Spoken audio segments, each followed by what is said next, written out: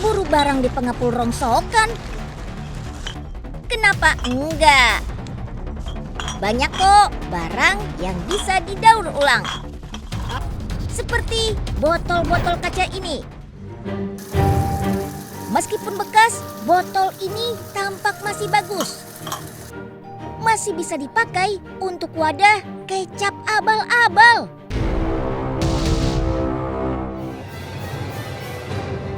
Hah? Kecap abal-abal? Memang abal-abalnya gimana? Rupanya kecap yang satu ini memang palsu. Tidak ada kedelai hitam.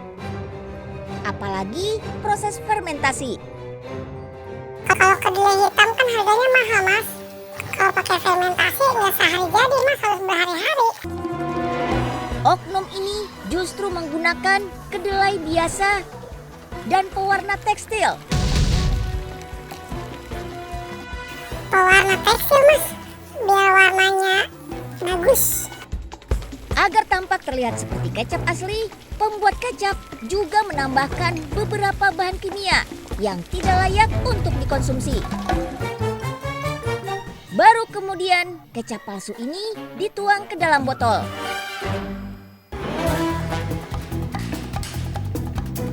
Konsumen dari penjual kecap palsu ini sebetulnya terbatas.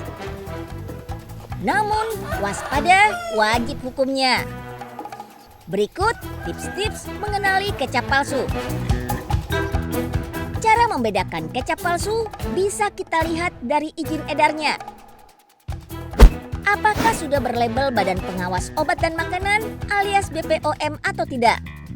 Namun, jika kecap yang kita konsumsi sudah ditempatkan dalam wadah seperti ini, maka ada beberapa ciri yang bisa diamati. Kecap asli akan berwarna hitam, kental namun halus.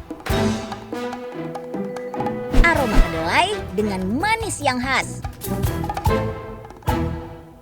Sementara yang palsu, hitamnya pekat, lebih encer dan lengket. Aromanya menyengat dengan rasa manis seperti gula.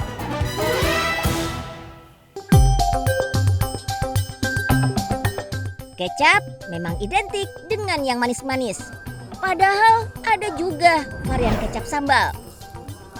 Soal rasa boleh dicoba. Pembuatannya pun dijamin aman dan higienis.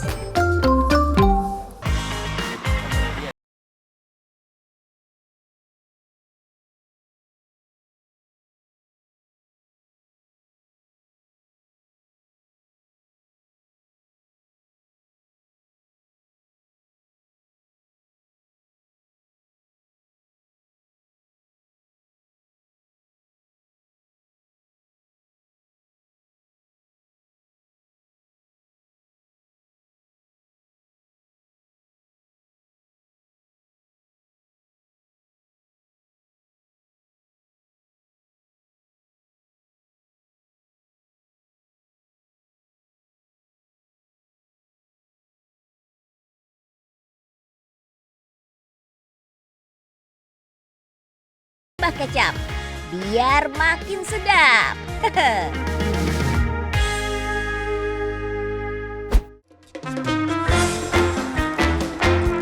Susu, pilihan tepat untuk minuman sehat dan bernutrisi. Orang Betawi sudah sejak lama menjadikan susu bukan sekedar minuman sehat.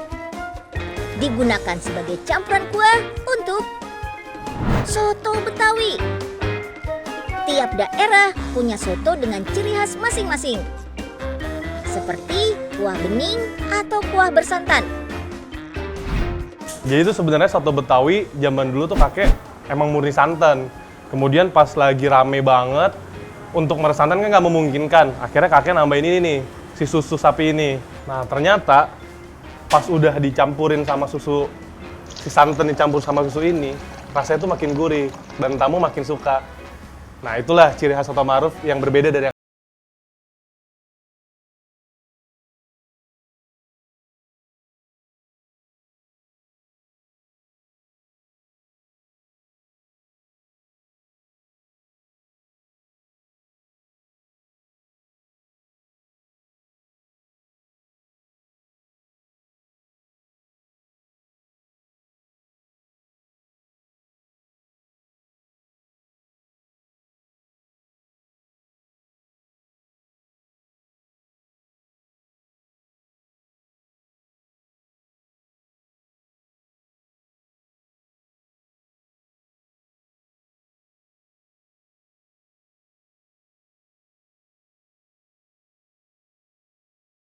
goreng biar makin garing.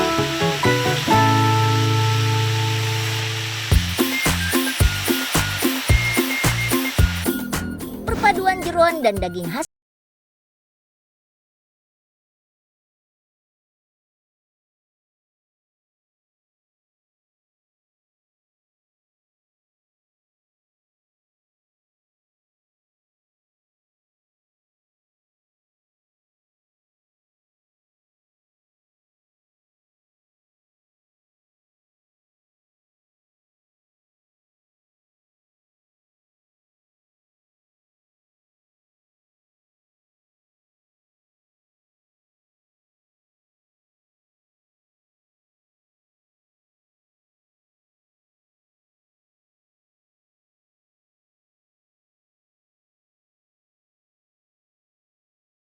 Kalau Bapak suka soto Betawinya, emang rasanya nggak berubah. Terus dagingnya juga lembut, sama komposisinya juga pas. Kalau untuk saya ya. Jadi legendnya soto Betawi bukan berarti nggak ada tantangan. Karena sudah jadi ciri khas, soto Betawi dengan kuah susu nggak cuma ada di warung ini.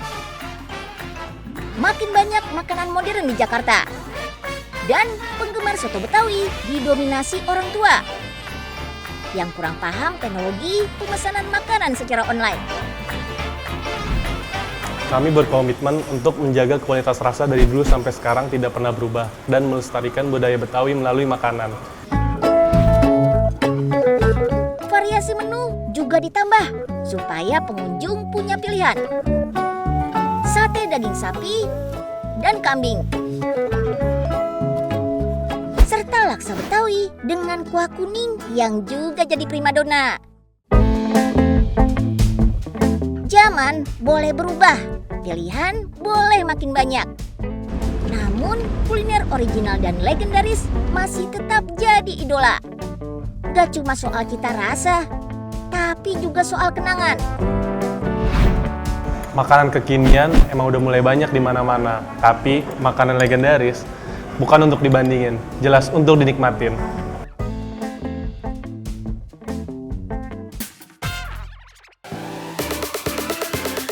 Klaper tart, sup kacang merah, dan kastengel memang banyak mendapat pengaruh Belanda.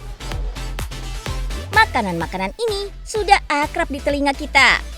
Tapi masih banyak makanan Belanda yang bisa dicoba kalau berkunjung langsung ke negeri kincir angin. Orang Belanda suka makan ikan mentah, namanya ikan herring. Dimakan utuh, 1 ekor langsung hap. Biar nggak keselak, makannya harus benar ya.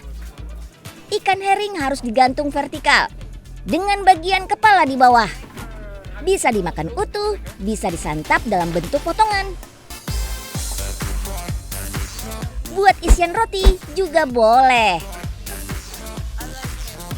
Ikan herring mentah disajikan dengan taburan bawang bombay dan juga acar mentimun. Rasanya gurih-gurih nikmat. Karena sebelum disantap, ikan herring direndam dengan garam selama beberapa hari. Gizinya tinggi, omega 3, vitamin D, dan masih banyak lagi. Harganya Rp45.000. Sedangkan roti herring harganya Rp50.000. Gak cuma sekedar makanan ikonik, ikan herring juga berjasa nih dalam perekonomian Belanda. Sampai-sampai ada istilah kalau Amsterdam dibangun oleh tulang ikan herring. Wih. Roti goreng dengan taburan gula halus. Bukan donat, bukan odading. Di Belanda namanya oliebollen. Salah satu jajanan street food yang wajib dicoba. Oliebollen dibuat dari tepung, telur, susu, ragi, dan biasanya ada tambahan kismis dan potongan apel. Sebenarnya oliebollen bukan panganan asli Belanda. Ada yang bilang dibuat oleh orang Jerman. Ada juga yang bilang berasal dari Portugis. Yang jelas, sejak abad 17, oliebollen menjadi panganan wajib saat musim dingin di bulan Desember. Rasanya gak beda jauh sama donat. Cuma ada rasa asam-asam yang dihasilkan oleh proses pengembangan ragi. Makanan sehari-hari orang Belanda adalah roti. Sarapan roti, makan siang roti, makan malam roti lagi. Bahan dasarnya sama, ragi, tepung gandum, dan tepung roti. Bedanya ditambah biji-bijian menyehatkan. Ada biji bunga matahari, biji labu, biji wijen, dan masih banyak lagi. Dari segi ukuran juga lebih besar daripada roti yang bisa kita lihat di Indonesia. Bagian luarnya keras, tapi tekstur bagian dalam roti khas Belanda ini lembut, mirip roti tawar yang ada di Indonesia. Biasanya orang Belanda menikmati roti mereka bersama selai, keju, sup, dan butiran coklat alias meses. Kebiasaan menikmati roti bersama taburan meses merupakan pengaruh budaya Belanda. Meses atau hagelsla ditemukan tahun 1919 oleh orang Belanda dan dibawa ke negara-negara jajahannya. Belanda juga dikenal sebagai negeri keju. Konon, Belanda adalah eksportir keju terbesar di dunia. Andalannya adalah keju Gouda. Dibuat dari susu sapi segar dengan campuran paprika, jintan, dan jamur truffle. Nama Gouda diambil dari nama sebuah kota di Belanda. Bukan karena keju ini berasal dari Gouda, tapi karena zaman dulu keju jenis ini banyak dijual di kota Gouda. Yang khas dari keju Gouda adalah lapisan plastik mengandung lilin gini untuk menjaga kualitas kejunya. Hampir setiap makan, orang Belanda menggunakan keju sebagai pelengkap loh. Saat sarapan, makan siang, atau makan malam, selalu ada keju. Keju memang bisa dimakan dengan hidangan apapun. Roti, mie, bahkan minuman.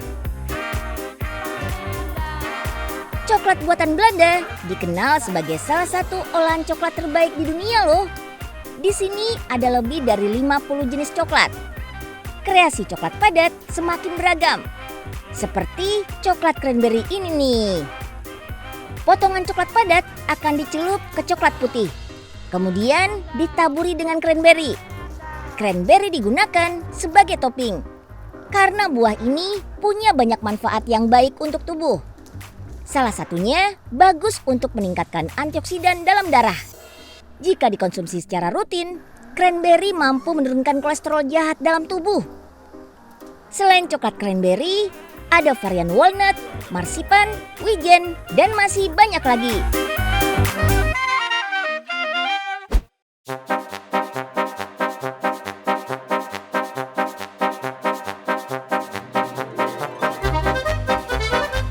Berkendara sambil bertualang bisa. Menghabiskan waktu sepuasnya di alam juga bisa. Tanpa perlu repot mencari tempat penginapan. Ini dia camper van. Tren liburan bagi kaum urban untuk hilangkan penatnya hiruk-pikuk ibu kota. Dari luar kelihatan standar. Tapi dalamnya, wah, nyaman banget kan? Bagian atap ada tenda lipat yang siap dibuka kapan saja. Layaknya rumah berjalan, camper van mampu menampung 4 orang dewasa. Atau 2 orang dewasa dengan 3 anak-anak. Pas buat liburan sekeluarga. Saat pandemi corona, camper van jadi idola. Coba kita tes ya. Berapa lama dari mobil berhenti sampai jadi set mobil bertenda? Wow, mantap! Dalam waktu 15 menit, camper van siap dipakai bermalam. Saya membuat camper van ini untuk menyiasati pandemi agar tetap bisa liburan, jalan-jalan dengan keluarga, menikmati alam. Di mana hotel-hotel dan tempat wisata banyak yang tutup karena lockdown. Praktis, gampang dibongkar pasang, bikin camper van makin diminati. Mobil MPV dengan pintu geser alias sliding door udah paling recommended. Yang penting, modifikasi dilakukan oleh tangan yang tepat. Fungsi masing-masing bagian mobil gak boleh ada yang diubah. Misalnya, kursi penumpang tetap harus terpasang. Untuk bed, bisa lepas kursi belakang dengan model tarik ke depan. Jadi, mobil bisa tetap dikendarai seperti biasa, alias legal dan dijamin aman. Biayanya, cukup siapkan 2 jutaan saja. Mobil sehari-hari disulap jadi camper van. Tada! Camper van sering dianggap serupa dengan motorhome, tapi jelas beda. Yang paling mencolok adalah ukuran, fitur, dan fasilitas interior. Ukuran dan ruang motorhome lebih luas, kendaraannya juga lebih besar, jadi perlu SIM khusus. Motorhome sudah dilengkapi dengan kamar mandi, sedangkan camper van tidak. That's why kalau mau berpetualang dengan camper van, pastikan selalu ada sumber air dan toilet di sekitar lokasi. Tapi tenang, sudah banyak lokasi wisata alam yang menyediakan tempat untuk camper van bermalam. Beruntung, Indonesia punya nuansa alam yang eksotis. Berlibur dengan camper van, biaya kamar penginapan sudah jelas bisa disimpan buat kebutuhan lain. Masalah perut, tinggal siapin bahan masakan dan peralatannya, yang jelas jauh lebih murah. Berbagai aktivitas bisa dilakuin, mau sambil kerja, apalagi bersantai, it's so nice.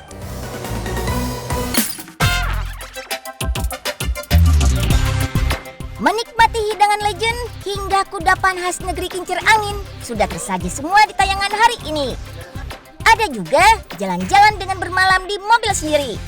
Sekian dulu Unyil hari ini ya. Sampai jumpa.